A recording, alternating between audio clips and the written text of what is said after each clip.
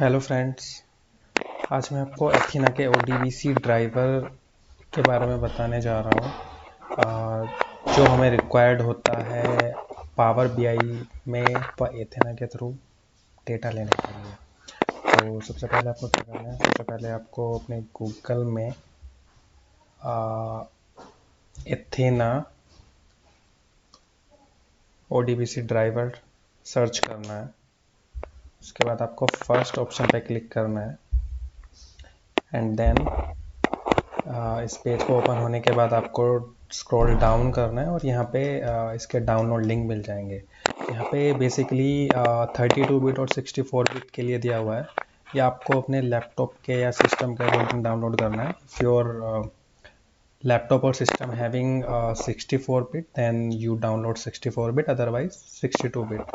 So my laptop is 64 bit, so I will download it. I also download it, so you can download it from here. And after download it, you installed it and installed in your laptop. And after that आपको search करना है ODBC driver. तो यहाँ पे 64 bit ODBC administrator करके एक app आएगा, उसको आपको ओपन करना है। ठीक है, इसके बाद आपको क्या करना है, सिस्टम DSN में जाना है। ठीक है, सिस्टम DSN में जाने के बाद आपको ऐड करना है। ऐड करने के बाद आपको काफ़ी सारे ऑप्शंस आएंगे। यहाँ पे आपको सिम्बा एथीना ODBC ड्राइवर पे क्लिक करना है एंड फिनिश। आफ्टर दैट एक पेज ओपन होगा। ठीक है, वो आपको फिलअप करना है, जैसे data source name you can give anything which you easily find out. Description में आप कुछ डाले अपने अकॉर्डिंग डाल दीजिए, अदरवाइज कोई रिक्वायर्ड नहीं है। AWS रीजन आप अपना जब आपने एथीना को कॉन्फ़िगर किया है, वहाँ पे जो आपका डेटाबेस नेम है वहाँ पे AWS रीजन करके है, सो वहाँ पे आपको ये डालना है। इसके बाद कैटलॉग में आपको सेम रख देना है एंड स्कीमा में आपको डिफ़ॉल्ट रखना है, यहाँ पे कुछ नहीं करना है। और S3 output location, basically AWS S3 में आपका जो बकेट क्रिएट हुआ है, उस बकेट में जो URL है, बेसिकली वो आपको यहाँ पे करना है। You can easily get it from your Athena. So let me connect to my Athena first.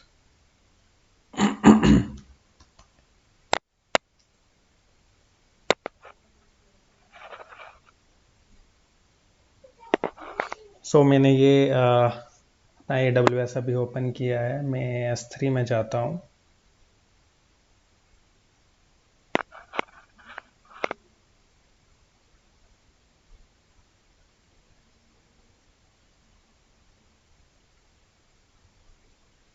ठीक है, तो यहाँ पे जो बकेट्स हैं उसमें आपका इसका URL मिल जाएगा, लेकिन मेरे को एथीना में जाने के लिए एथीना from here you can easily explore this thing in on AWS.